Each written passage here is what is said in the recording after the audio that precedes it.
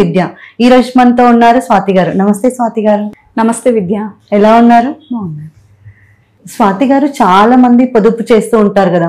పొదుపు అంటే వాళ్ళు వంట చేసుకుంటారు, కనీసం వాళ్ళు తినరు, ఇంకోరికి పెట్టారు.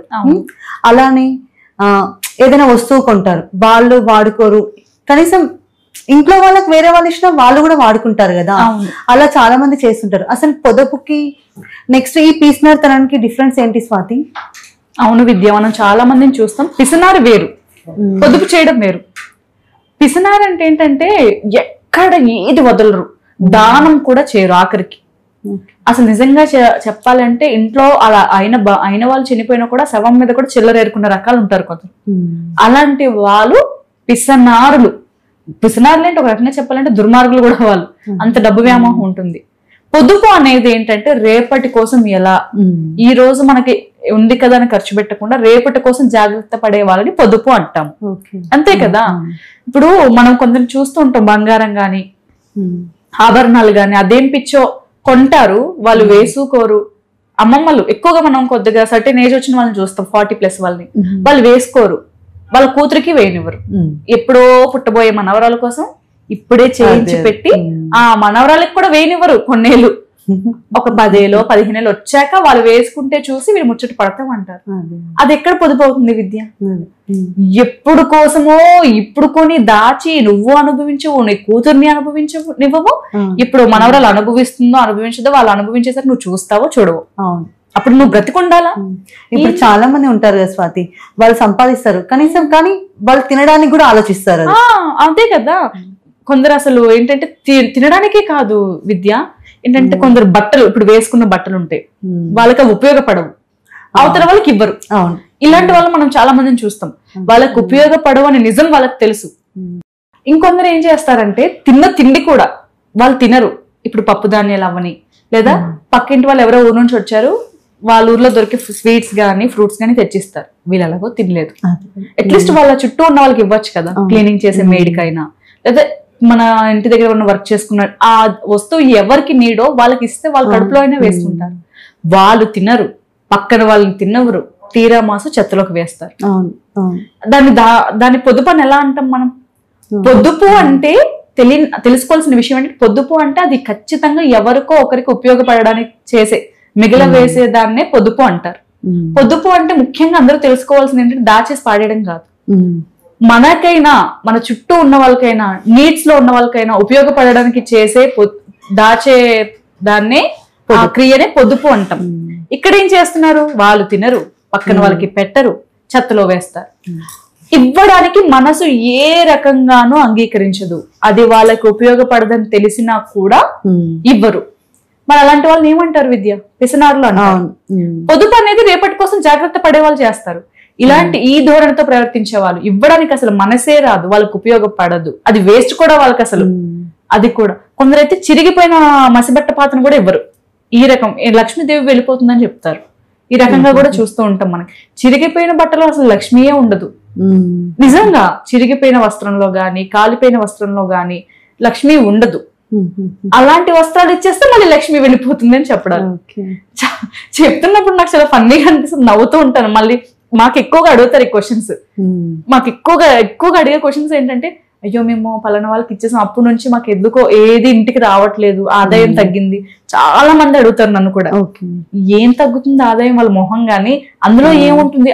అసలు లక్ష్మీకరం ఏదైనా డబ్బు అనేది నీకు రావాల్సింది ఉంది, ఎవ్వరూ ఆపలేరు. ఆపే శక్తి దేనికి ఉండదు. ఈ పూజ చేస్తేనే అమౌంట్ వస్తుంది, లేదా ఇప్పుడు చాలా రకాలుగా పోర్ట్రేస్ అవుతున్నాయి కదా సోషల్ మీడియా, ఇవన్నీ చేస్తే వస్తుంది కాదు. నీకు రావాల్సింది ఉంది అంటే ఏ రకంగానైనా వస్తుంది. అది లక్ష్మీ తత్వం. నీకు అనుగ్రహించాలి అంటే ఎలా అయినా అనుగ్రహిస్తుంది. ఇంకా లక్ష్మీదేవికి దానం చేసే వాళ్ళంటే చాలా ప్రీతి. అతి దానం కాదు, అంటే ఏదో పేరు గొప్పకి చేసే దానం కాదు. అవసరంలో ఉన్న వాళ్ళకి ఎవరైతే సహాయం చేస్తారో అలాంటి వాళ్ళంటే అమ్మవారికి ఎప్పుడూ ఇష్టమే. మనుషులకి నచ్చుతారు అలాంటి వాళ్ళు, మరి భగవంతుడికి నచ్చరా చెప్పు విద్య? ఈ రకంగా ఆలోచించాలి కానీ ఏవో మా మసిబట్టలు ఇచ్చేసినప్పటి నుంచి మాకు డబ్బులు రావట్లేదు, మాకు కొంచెం ఆదాయం తగ్గిపోయింది, కలిసి రావట్లేదు. అయితే స్వాతి గారు, ఇప్పుడు పిల్లలకు చిన్నగా బట్టలు ఉంటాయి కదా, అవి వేరే వాళ్ళ పిల్లలకి ఇస్తే మన పిల్లల అదృష్టం వాళ్ళకి వెళ్తుంది అంటారు, అది ఎంతవరకు నిజం? ఒకటి విద్య, అదృష్టం వెళ్తుంది అంటున్నారు కదా, నిజమే. నిజమే, వస్త్రాలతో లక్ష్మి వెళ్తుంది. అంటే చిరిగిపోయిన వస్త్రాలు, మంచి వస్త్రాలు. కానీ మన వల్ల ఇంకొకరు మంచి జరగడం మంచిదే కదా. అవును. కానీ నీ లక్ష్మి ఎప్పుడు ఆగదు. ఒకటి గుర్తుంచుకోవాలి, నువ్వు ఇచ్చిన వస్తువు వాళ్ళకి కలిసి వచ్చింది, ఇది నిజం, ఎంత నిజమో, కానీ నీ అదృష్టం పూర్తిగా వాళ్ళకి వెళ్ళిపోదు. అంటే నువ్వు ఇక్కడ అబ్జర్వ్ చేయాల్సింది ఒకటి, నువ్వు ఇచ్చిన వస్తువు వల్ల వాళ్ళంత అభివృద్ధి అయ్యారంటే నువ్వు ఎంత అభివృద్ధిలో ఉంటావు. ఎవరైతే దినదిన అభివృద్ధి అవుతారో వాళ్ళ వస్తువులు, వాళ్ళ ఏదైనా వాళ్ళ చేత్తో ఇస్తేనే యువతల వాళ్ళు కూడా అభివృద్ధి అవుతారు అనమాట. ఈ రకంగా మనం ఆలోచించాలి. ఇప్పుడు లక్ష్మి ఇచ్చిన వాళ్ళకైతే ఎలాంటిది అంటే ఎలాంటి ప్రాబ్లం ఉండదు. దానం చేసిన వాళ్ళకైతే ఎలాంటి నష్టము ఉండదు. అతి దానం అంటే చెయ్యాల్సింది కాకుండా అపాత్ర దానం ఎప్పుడైతే అప్పుడు నష్టం అనేది జరుగుతుంది ఖచ్చితంగా. అంటే మీడియంలో మనకి సరిపోవు, మనం ఇస్తున్నాము అంటే పర్వాలేదు. చాలా మందికి పిచ్చి ఉంటుంది. కొందరు పేరెంట్స్ ఏంటంటే మా పిల్లల బట్టలు అవతల వాళ్ళు వేసుకోవడం ఏంటి అన్నది కూడా ఆలోచిస్తూ ఉంటారు. ఈ ధోరణి ఎప్పుడు ఉండకూడదు.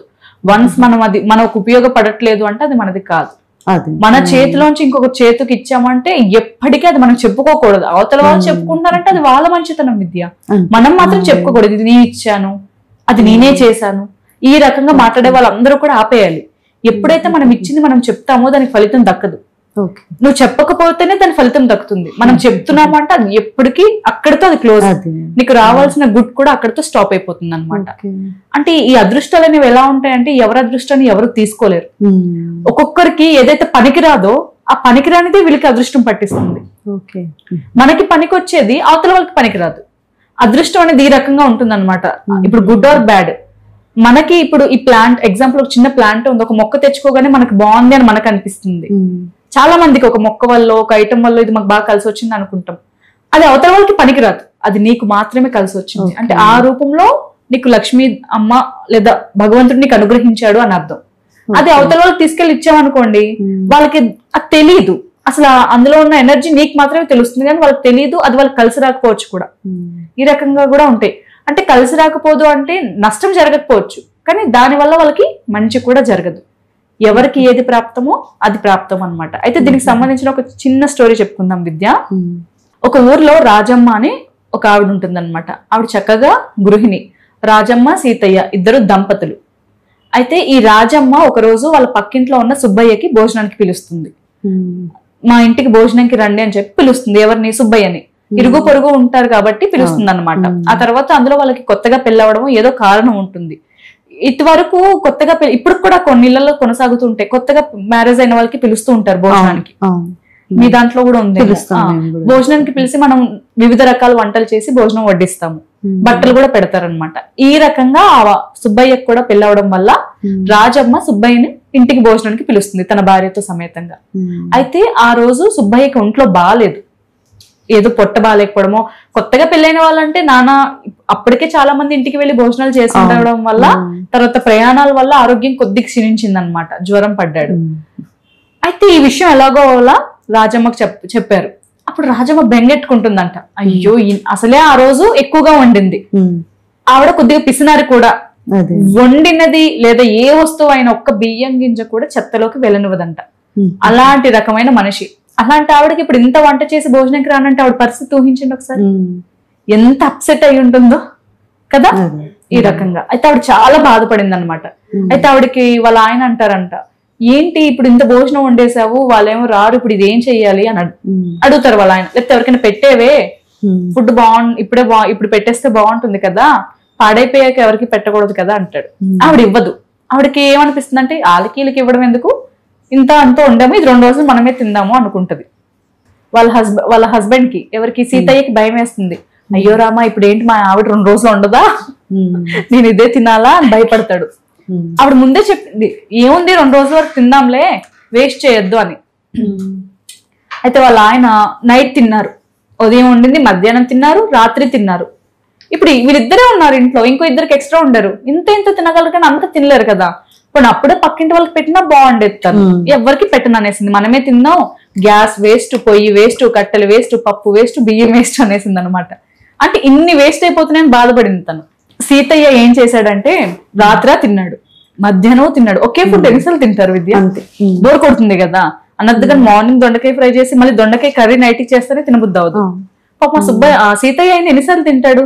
ఇంకా అతనికి డౌట్ వచ్చింది, అమ్మ బాబాయ్ ఇంకో 2 రోజులు ఈ ఫుడ్ నాకు పెట్టేటట్టుంది మా ఆవిడని. పొద్దున లెగ్గానే ముఖం కడుక్కొని వాళ్ళ ఆవిడ భోజనంకి రమ్మంటుంది. అయ్య బాబాయ్ నాకు కడుపులో నొప్పి వచ్చేసింది, నేను తినను అంటాడు. ఇక అంటే అతను చెప్తాడు, నాకు కడుపులో నొప్పి వచ్చిందండి, నాకు కడుపులో నొప్పి వచ్చిందే, కడుపులో నొప్పి వచ్చిందంటే భార్యకి ఏమనిపిస్తుంది, అయ్యో కడుపులో నొప్పి ఇంకా మనం ఫుడ్ పెట్టద్దులే. పైగా ఆయన తిననని ముందే చెప్తాడు, కడుపులో నొప్పి ఉంది నేను తిన్ను, ఇంకా నేను ఇప్పుడైతే తిన్ను, తగ్గాక తింటాను అని చెప్తాడు. అయితే ఆవిడ ఏం చేస్తుందంటే పరిగెత్తుకుంటూ వెళ్ళి డాక్టర్ని తీసుకొస్తుంది. మా ఆయనకి ఇలా కడుపులో నొప్పి వస్తుంది రా అని. అయితే డాక్టర్ వస్తాడు, ట్రీట్మెంట్ చేస్తాడు. ఏంటయ్యా నీకు ఇంత కడుపులో నొప్పి వస్తుంది, ఏం తిన్నావేంటి అంటే నిన్న ఇలా మా ఇంట్లో వివిధ రకమైన వంటలు చేసాము తిన్నాము అని చెప్తాడు. అయితే డాక్టర్ ఏమనుకుంటాడు, అబ్బా ఏదో మంచి ఫుడ్ ఉన్నట్టున్నారు. డాక్టర్ అనుకుంటాడు మంచి ఫుడ్ ఉండేరేమోలే, అందుకే కడుపులో నొప్పి వచ్చేంత తిన్నాడు ఈ సీతయ్య అని మనసులో అనుకుంటాడు. చూస్తూ ఉంటాడు. అయితే వీళ్ళ ఆవిడకి ఒక ఆలోచన వస్తుంది, అయ్య బాబు ఇంత ఫుడ్ ఉంది, మా ఆయనకి ఎలాగో కడుపులో నొప్పి, నేనా ఒక్కదాన్ని తినలేను ఇంత, ఇప్పుడు ఏం చేయను, ఈ డాక్టర్ని భోజనంకి డాక్టర్ కి భోజనం చేయమంటాను అని అనుకుంటాడు అని అనుకుంటుంది. డాక్టర్ కి అంటుంది అనమాట, డాక్టర్ గారు మీరు ఈ రోజు మా ఇంట్లో భోజనం చేయండి, పర్వాలేదు మీరు కూడా తినండి అంటే అవన్నీ ఆవిడ ముందు పెట్టుద్ది. అతనికి ఎక్కడో కొద్ది తేడా అనిపిస్తుంది. అవన్నీ చూస్తే కొద్దిగా గారెలు పాడైపోయినా, పప్పు పాడైపోయినా ఒక రకమైన వాసన వస్తాయి. కొంతవరకు పాడాయి. అప్పటికి అతను తిందాం అనుకుంటాడు, హ్యాపీగా తిందామని వెళ్తాడు అనమాట. వెళ్ళేసరికి కొద్ది స్మెల్ వస్తుంది. డాక్టర్ కదా, అతనికి ఫుడ్ గురించి బాగా తెలిసి ఉంటుంది. అయ్యో ఇదే తేడాగా ఉందని చెప్పి వెనక్కి వచ్చేస్తాడు. ఆవిడ చాలా తినండి బాబు తినండి బాబు అన్నా కూడా, అమ్మా నాకు వద్దమ్మా, మీ ఆయనకి కడుపులో నొప్పి, పాపం నిన్నటి ఫుడ్ తినడం వల్లే ఆయనకి ఈ ఫుడ్ అంతా హెవీ ఫుడ్, నేను పైగా ఈరోజు తిన్ను, నేను డైటింగ్ లో ఉంటాను, డాక్టర్ని కదా, ఇంత తినాలో అంతే తింటాను, ఇన్ని రకాల తిండి తింటే నిద్ర వచ్చేస్తుంది, నేను ట్రీట్ చేయలేను నా పేషెంట్స్ కి అని చెప్పి వెళ్ళిపోతాడు అనమాట. మెడిసిన్ కూడా మర్చిపోయాడు అంటాడు, కడుపులో నొప్పికి వేరే మందు తీసుకొస్తానని చెప్పి బయలుదేరుతాడు. ఇక రాజమ్మ చాలా బాధపడుద్ది, అయ్యో ఇంత ఫుడ్ వండాను, ఎలాగా ఎలాగా ఎలాగా అని. వాళ్ళ ఆయన అంటాడు, తీసుకెళ్లి చెత్తలో పాడేవే, ఎందుకే ఆ ఫుడ్ పెట్టుకుని ఏడుస్తావు అంటే, మీరు ఊరుకోండి, కష్టపడి వండాను, పప్పు వేస్ట్, బియ్యం వేస్ట్, ఉప్పు వేస్ట్, కారం వేస్ట్, ఎవరికో ఒకరికి ఫుడ్ అనేది పెడతాను అని అనుకుంటుంది. ఆవిడ మంచిగా ఉన్నప్పుడు, ఫుడ్ బాగున్నప్పుడు వాళ్ళ భర్త ఇమ్మంటే ఇవ్వలేదు. ఎప్పుడైతే కాస్త వాసన వస్తుందో ఇక బయట వాళ్ళకి పెట్టాలని చూస్తుంది. పాడైపోయే వరకు బయట వాళ్ళకి ఇవ్వాలని ఆలోచన ఆవిడకి లేదు, ఆవిడే తిందాం అనుకుంది. ఎప్పుడైతే కొద్దిగా కంపు పెడుతున్నాయో ఇంక ఇచ్చేద్దాం అనుకుంటది. అయితే ఒక ముష్టివాడు అప్పుడు ఆకలితో ఉన్నట్టు అమ్మా అని అరుస్తాడు అంటే ఇంటి ముందుకు వచ్చి. ఇంకా ముష్టివాళ్ళు అంటే అరుస్తారు కదా, అమ్మా ఏదైనా ఉంటే ఇయ్యండి అని. రాజ్యం ఏమనుకుంటది, అబ్బయ్య దేవుడు నా మొర ఆలకించాడు, ఈ ముష్టివాడిని పంపించాడు, వీడికి ఈరోజు మంచి అన్నం పెడదాం, వీడు ఆకలితో ఉన్నాడు కదా, అయితే ముష్టివాడికి పెట్టకే వాడు రోగం వస్తే చచ్చిపోతాడు అంటాడు వాళ్ళ ఆయన. పైగా వాడు ముష్టివాడే, వాళ్ళని ఎవరు చూసుకుంటారు కాదు అంతే. ముష్టి వాళ్ళని ఎవరు పట్టించుకునే వాళ్ళు ఉంటారు కదా. ఇప్పుడు నార్మల్ గా మనుషులకైతే ఒక ఫ్యామిలీ ఉంటుంది, బాగాలేకపోతే ఎవరొకరు హాస్పిటల్ తీసుకెళ్తారు, వాడు చూస్తే ముష్టివాడే, వాడికి ఎందుకు పెడుతున్నావే, పాపం కొని తెచ్చుకోకే రాజమ్మ అంటాడు. ఆవిడ వినదు, మీరు ఊరుకోండి, ముష్టివాడికి ఆకలి ఉంటుంది, వాడికి వాసన పాడా ఏం తెలుస్తుంది, మీరు రండి, మీరు లోపలికి వచ్చేయండి, నేను వాడిని తీసుకొస్తానని ముష్టివాడిని గుమ్మం ముందుకు వెళ్ళి, బాబు నీకు ఆకలిగా ఉందా అని అడుగుతుంది. చాలా ఆకలిగా ఉందమ్మా, 3 రోజుల నుంచి తినలేదు అని అంటాడు అనమాట. అయితే మరి మా ఇంట్లో గారెలు, బూరెలు, చక్కగా కూరలు, అన్ని పాయసం పరమాణం ఉన్నాయి, తింటావా అని అంటాడు. పైగా వాడు ముష్టివాడు, వాడికి అన్ని రకాలు వినంగానే ఒక రకమైన ఆనందం, అబ్బా ఈరోజు ఏంటి పెళ్లి భోజనంలో నాకు వింత తగులుకుంది అని అనుకుంటాడు. లోపలికి వెళ్తాడు, కూర్చుంటాడు. విస్తర వేస్తుంది రాజమ్మ ఆకు. అంటే ఇప్పుడు ముష్టి వాళ్ళని కూడా కాలు చేతులు కడుక్కొని వచ్చి లోపల కూర్చోబెట్టి ఫుడ్ పెడతారు, పెట్టాలి అనుకున్న వాళ్ళు. అంటే కొంచెం ఇదివరకు ఇప్పుడు మనకంటే ఇంట్లో డైరెక్ట్ గా వస్తున్నారు, కానీ ఊర్లో పల్లెటూర్లలో ఇల్లులు ఎలా ఉండేవంటే ఫ్రంట్ రూమ్ ఉంటుంది సపరేట్ గా. మన అంటే ఎలా అంటే మన కులం కాని వాళ్ళని, అంటరాని వాళ్ళని, లేదా ఎవరైనా బయట నుంచి బాగా దూరం నుంచి వచ్చిన వాళ్ళు, మైలు పడ్డ వాళ్ళని అక్కడ కూర్చోబెడతారు. పురిటి మైలు లేదా ఇంకా విలేజెస్ లో ఉన్నాయి. అవును, ఈ రకంగా కూర్చోబెడతారు ఫస్ట్ రూమ్ లో. ఆ ప్లేస్ లో కూర్చోబెట్టి లోపటి నుంచి తెస్తుంది అనమాట. తెస్తే వాళ్ళ హస్బెండ్ ఏమో కడుపులో నొప్పి అంటున్నాడు పక్క నుంచి. వాళ్ళ హస్బెండ్ కి కూడా అడుగుతుంది ముష్టివాడితో పాటు, మీరేమైనా తింటారా అండి అని. ఇంత జరిగే కూడా పైగా వాసన కూడా వస్తున్నాయి. అయితే నాకు వద్దువే, నాకు కడుపులో నొప్పి, నేను తిన్ను అని చెప్తాడు. ముష్టివాడికి డౌట్ వస్తుంది, అయ్యో ఏంటమ్మా అయ్యగారికి కడుపులో నొప్పి అంటే, ఏమిటోరా ఆయనకి ఎప్పుడు వేలేంది, ఈ రకంగా కొత్తగా నొప్పి వచ్చేసింది, ఏమి తిన్నా అంటున్నారు, నేను వండిన వంట అంతా వేస్ట్ అయిపోతుందని బెంగపడ్డాను, ఓన్లీ నువ్వు వచ్చావు నా వంట తినడానికి అని అనుకుంటుంది అనమాట అని చెప్తుంది అతనితో. చెప్పాక ముష్టివాడికి ఆకేసి అన్ని వడ్డిస్తారు. వాడు ఎంత ముష్టివాడైనా వాసన అయితే తెలుస్తుంది కదా, వాడికి ఆ వాసన వస్తూ ఉంటుంది అనమాట. అంత పాడైపోయిన కంపు. పాపం వాడు తిందామని ఇలా ముద్ద తీసి నోట్లో పెడితే వామిటింగ్ వచ్చేస్తుంది. అయితే వాడికి ఒక డౌట్ వస్తుంది, అమ్మో ఈ రాజమ్మకి ఇప్పుడు ఇంత మర్యాదగా తెచ్చి లోపల కూర్చోబెట్టింది నన్ను, ఇప్పుడు తినకపోతే ఏం చేస్తుందో ఏంటో అని ఆ వాసన విపరీతంగా వస్తుంది. తినాలి అనుకుంటాడు, ఆవిడికి భయపడి తినలేకపోతాడు. ఇక ఏకంగా కింద పడిపోతాడు అనమాట వాడు. అయితే రాజమ్మ అంటుంది, ఎవండి వీడు పడిపోయాడు, ఏం జరిగిందో చూడండి అని వాళ్ళ ఆయన పిలుస్తుంది. పిలిస్తే వాడు చచ్చిపోయాడు అని చెప్తాడు. ఎవరు? మన పనివాడు సీతయ్య వాళ్ళ హస్బెండ్. రాజమ్మ వాళ్ళ భర్త విడిచి, అయ్యో ఏంటండి మన ఇంట్లో చచ్చిపోయాడు, మన ఇల్లంతా మైలు పడిపోయింది, ఏంటండి నాకేంటి దోషం అంటే, సరే జరిగింది ఎలాగో జరిగింది, వెళ్ళి బ్రాహ్మణ్ అంటే ఇప్పుడు 2 ఆచారాలు ఉంటాయి. ఒకరు పురోహిత్యము పూజలు మాత్రమే చేస్తారు, కొందరు ఇలాంటి కార్యక్రమాలు చేయడానికి ఉంటారు, తద్దినాలు తర్వాత ఇలా ఏమంటారు కర్మ అలాంటివి చేయడానికి కొందరు ఉంటారు. అయితే వాళ్ళని తీసుకొని రమ్మని చెప్తాడు అనమాట సీతయ్య. ఈవిడ పరిగెత్తుకుంటూ వెళ్ళి బ్రాహ్మణుడు కౌరంపిస్తే ఆయన వస్తారు. ఆయన వస్తే ఆయన ఫస్ట్ ఆవిడ ఏం చెప్తుంది, నువ్వు మా ఇంటికి వచ్చావు కదా, ఇతను చనిపోయాడయ్యా, ఈయనకి కొంచెం దర్భ వేసి నీళ్ళు వదిలేసే మా ఇల్లంతా నీళ్ళు జల్లు. కొందరికి నమ్మకం ఉంటుంది కదా, చాకలి వాళ్ళు లేదా అలా పండితులు ఎవరైనా వచ్చి వాటర్ పుణ్యవచనం అంటారు ఆ కార్యక్రమాన్ని, పుణ్యవచనం చేస్తే ఇంట్లో ఉన్న మైలు వెళ్ళిపోతుందని నమ్మకం ఉంటుంది. ఈ రకంగా పుణ్యవచనం చేయవయ్యా, తర్వాత మా ఇంట్లో భోజనం చేయని బ్రాహ్మణుడికి కూడా చెప్తున్నాను. అప్పుడు అంటే ఆవిడ దురాశ చూసారా, వచ్చారు ఆయన బ్రాహ్మణుడు వచ్చాడు, పుణ్యవచనం చేయమని అడిగారు, బాగుంది, ఆయనకు కూడా పాసన్నం పెట్టాలన్న ఆలోచన. అయితే ఆ బ్రాహ్మణుడు సరేలే, అతనికి ఏంటో మంచి భోజనమే ఏమో అనుకుంటాడు అనమాట, తెలియదు కదా ఈ రకంగా ఉంటుందని. సరేనమ్మా తింటాను అంటాడు. అయితే తింటాను అని అతను కూర్చోని ఫస్ట్ వెళ్ళి ఆ ముష్టివాడి మీద నీళ్లు జల్లుతాడు. ఆయన నీళ్లు జల్లగానే లేచి పరిగెత్తుకుంటూ లేస్తాడు అనమాట. పారిపోతాడు, ఇంకా అమ్మో బాబా నేను వెళ్ళిపోతాను అని చెప్పి పారిపోతాడు. అయితే అందరు షాక్, ఇదేంటి వీడు ఇలా లేచాడు అంటే, అసలు వాడు చచ్చిపోలేదు, వాడు ఆ వాసనకి ఊపిరి బిగబెట్టి కావాలని కింద పడిపోయాడు. వీడు ఎలా అయినా నన్ను తినిపిస్తుంది, నేను తినకూడదు, తింటే చచ్చిపోయేలా ఉన్నాను అని చెప్పి వాడే చచ్చిపోయినట్టు నటిస్తాడు అనమాట. అయితే ఈ బ్రాహ్మణుడికి డౌట్ వస్తుంది, ఇదేంటమ్మా ముష్టివాడు ఎందుకు చచ్చిపోయాడు అంటే, ఏం లేదయ్యా వాడికి భోజనం వడ్డిచ్చాను ఎంతో ప్రేమగా, ఎంత మంచిగా వంట చేశానో, ఇంత ప్రేమగా వండిన వంట ఆ ముష్టి వెదవ తినకుండా వెళ్ళిపోయాడు, మీరైనా తినండి అయ్యా అని బ్రతిమలాడుద్ది. సరేలే ఆడలాగో చచ్చిపోలేదు కదా, మైలుబడలేదు కదా, సరేలే నేను తింటానులే అని అనుకుంటాడు బ్రాహ్మణుడు. కూర్చుంటాడు, ఆకు వేస్తారు. ఆకు వేస్తే ఏమవుద్దంటే అన్ని వడ్డిస్తుంది కదా, వడ్డిస్తుంటే విపరీతమైన కంపు అనమాట. ఆ కంపుని బ్రాహ్మణుడు తట్టుకోలేకపోతున్నాడు, తినను లేడు, ఆమెని తిట్టాలేడు.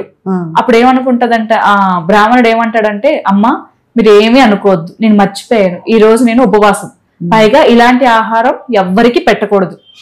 ఇప్పుడు ఆయన వృత్తిలో ఉన్నారు, అది బ్రాహ్మణులు అంటే ఒక టీచర్ లాగా, టీచింగ్ పొజిషన్ లాగా, ఈ రకమైన ఫుడ్ పెడితే నువ్వు పాపం అనుభవిస్తావు, ఇలా నువ్వు గాని భోజనం ఎవరికైనా పాడైపోయిన పదార్థాలు పెడితే ఈ పాపం నీకు ఈ జన్మే కాదు జన్మ జన్మలు కూడా నువ్వు తిండికి కూడా నోచుకోవమ్మా అని చెప్తాడు.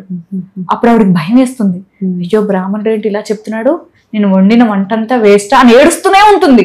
కానీ బ్రాహ్మణుడు అలా చెప్పి లేచి వెళ్ళిపోతాడు. అయ్యా నీకు నమస్కారం, ఇంకెప్పుడు మీ ఇంటికి పిలవకండి నన్ను అని వాళ్ళ భర్తకి చెప్తాడు అనమాట సీతయ్యకి. అప్పుడు సీతయ్య ఏమంటాడంటే రాజమ్మతో, ఎందుకే మనకి గోల, ఇలా నువ్వు చూడు ఎందరినో తెచ్చావు, అందరికీ భోజనం పెట్టాలనుకున్నావు, కానీ ఏ ఒక్కరైనా ఈ భోజనం ముట్టుకుంటున్నారా, నా మాట వినవే, వెళ్ళి చెత్తలో పాడేవే అంటాడు. ఆవిడకి బాధ వేస్తుంది, పాడలేకపోతుంది. కానీ ఆవిడకి అర్థమైంది బ్రాహ్మణుడు ఏం చెప్పాడు, ఇలాంటి భోజనం నువ్వు తినండి వేరే వాళ్ళకి పెడితే నువ్వు జన్మ జన్మలా తరించలేని ఒక పాపాన్ని అయితే నువ్వు నోచుకుంటావమ్మా అని చెప్పడం వల్ల ఆ మాటని జీర్ణించలేక ఆవిడది తీసుకెళ్లి అప్పుడు కుంపట్లో పాడేస్తుంది. చెత్తలో వేయదంట, కుంపట్లో పాడేస్తుంది. కుంపట్లో పాడేసి తిరిగి వస్తుంది అనమాట. అప్పుడు వాళ్ళ ఆయన ఏం చెప్తారు, కాస్త నా కడుపులో నొప్పి తగ్గిందే, కొద్ది వంట చేయవే అని అంటాడంట. అప్పుడేమో సరేనండి ఏదో అయ్యింది కదా, నేను వండింది నిన్న వండింది ఎలాగో తినలేదు, సరేలే కాస్త అన్నము పప్పు వండుతానులేండి అంటది. ఈ లోపే డాక్టర్ మందు తీసుకొని వస్తాడు. అయితే ఈయన ఏమంటాడు, నా కడుపులో నొప్పి తగ్గింది, ఇప్పుడు నేను భోజనం చేయాలనుకుంటున్నానంటే ఆ డాక్టర్ ఏం చెప్తాడంటే, సరే నాకు కూడా ఆకలిగా ఉంది, ఎలాగో ఫ్రెష్ గా వండుతున్నారు కదా నేను తింటాను అని చెప్తాడు. దీన్ని బట్టి మనకి ఏం అర్థమైంది, ఎవరైనా కూడా ఏదైనా పుచ్చుకోవాలి తినాలి అనుకుంటే మన ఇంటికి వచ్చిన వాళ్ళు కూడా మన నుంచి కొద్ది మంచిగా ఎక్స్పెక్ట్ చేస్తారు. ఇంకొకటి వాళ్ళ భర్త మొదటిగా చెప్పినప్పుడే తను ఇచ్చుంటే అవును అవేవి పాడయ్యేవి కావు, చక్కగా రుచిగా అందరూ తినేవాళ్ళు. కానీ తను దురాశతో 2 రోజులు కూడా తిందామని ఉంచుకోవడం వల్ల అవన్నీ పాడైపోయాయి. ఇప్పుడు ఆ పాడైంది ముష్టివాడైనా తిన్నాడా, వాడికి ఎంతో ఆకలితో ఉన్నాడు కానీ తినలేదు. అంటే ఇది ఆహారం మాత్రమే కాదు, కొన్ని వస్తువులు అవ్వని లేదా ధనం అవ్వని ఏదైనా కూడా ముష్టివాడిని ఎందుకు ఎగ్జాంపుల్ గా స్టోరీలో చూపించారంటే అలాంటి వాళ్ళు కూడా అంటే ఎంత ఆకలితో ఉన్నా ఎంత అవసరం ఉన్న వాళ్ళకు కూడా కొన్ని విషయాలు తెలుస్తాయి. మనము సద్వినియోగమైన సమయంలో ఇస్తేనే వాటికి వాల్యూ ఉంటుంది. బ్రాహ్మణుడు ఏం చెప్పాడు, నీకు ఉపయోగపడదని తెలిసినా నువ్వు ఇవ్వాల్సిన సమయంలో ఇవ్వలేదు కాబట్టి పాడైపోయాక నువ్వు ఇస్తున్నావు కాబట్టి దీనివల్ల ఏమొస్తుంది, పాపం వస్తుంది. అంటే అది ఆహారం మాత్రమే కాదు, ఏ వస్తువు అయినా కూడా ఈ రకంగా అవతల వాళ్ళకి ఉపయోగపడే సమయంలో ఇవ్వాలి తప్ప నీకు వేస్ట్ అయిపోతుంది అది పూర్తిగా పాడైపోయాక ఇస్తే పాపమే అంటుంది అనమాట. కాబట్టి మనం పొదుపు చేయాలి గాని అతి పిసినార్తనం, మూర్ఖత్వమైన పిసినార్తనం అయితే చేయకూడదు. చాలా చక్కగా చెప్పారు స్వాతి గారు. పిసినార్తనం ఉండాలి కానీ అంటే ఎవరికి పెట్టకుండా కనీసం తనైనా యూజ్ చేసుకోవాలి, వేరే వాళ్ళకైనా యూజ్ చేసేటట్టు ఉండాలి. అంతే.